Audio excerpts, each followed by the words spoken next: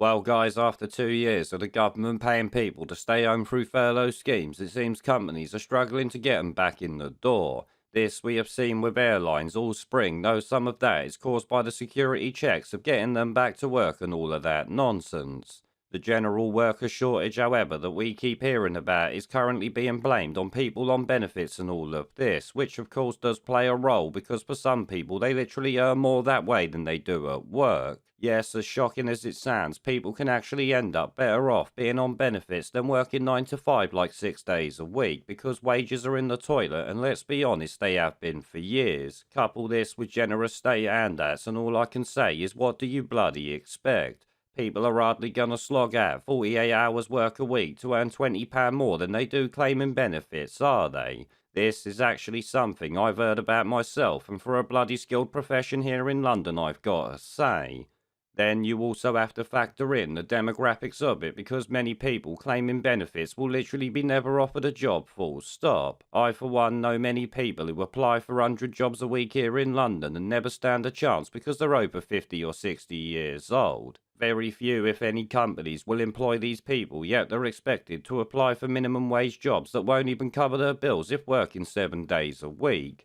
Plus, let's remember, many jobs are now flexible hours, which means some weeks you could get 1 day's work out of 7 or literally none at all. People with rent to pay cannot take the risk that these flexible hours have with them, can they? A young person living with mummy and daddy possibly could, but many people obviously can't.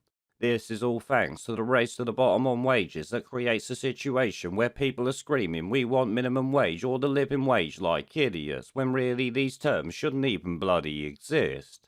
At the end of the day, they only exist because for decades politicians of all political parties have imported half the fucking world while claiming it was being done to help people's employment rights and all of this.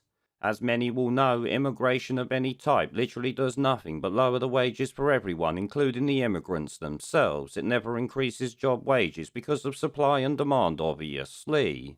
If you have 3 people applying for one job, you need to pay them £30 an hour to actually get them in the door and find the best one for it.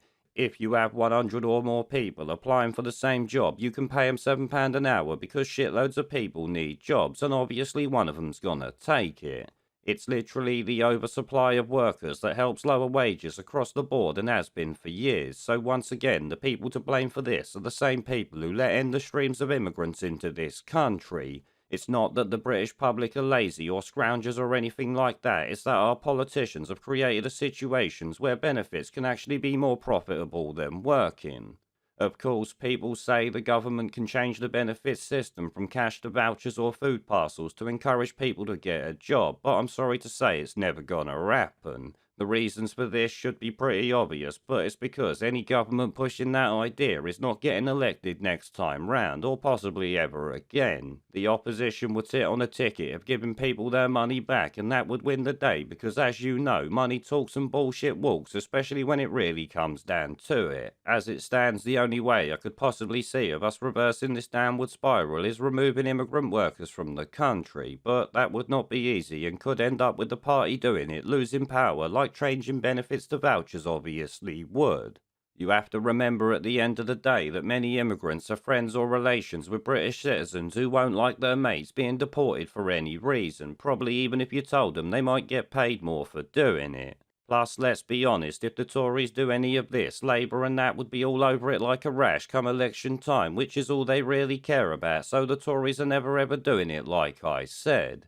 Essentially, what I'm saying is the politicians have really fucked us over when it comes to job, wages, immigration, housing, and well, pretty much everything, to be honest. This is why I don't blame the population for the state of this country. I literally blame our corrupt and traitorous political class for it, as I've said before. But you know what? Enough of me banging on. I think it's time to love you and leave you with it there.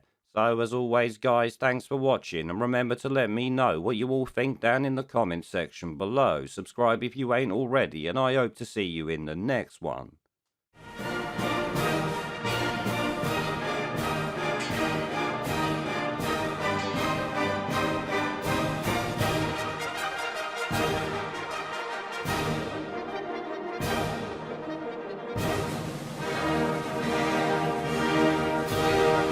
Where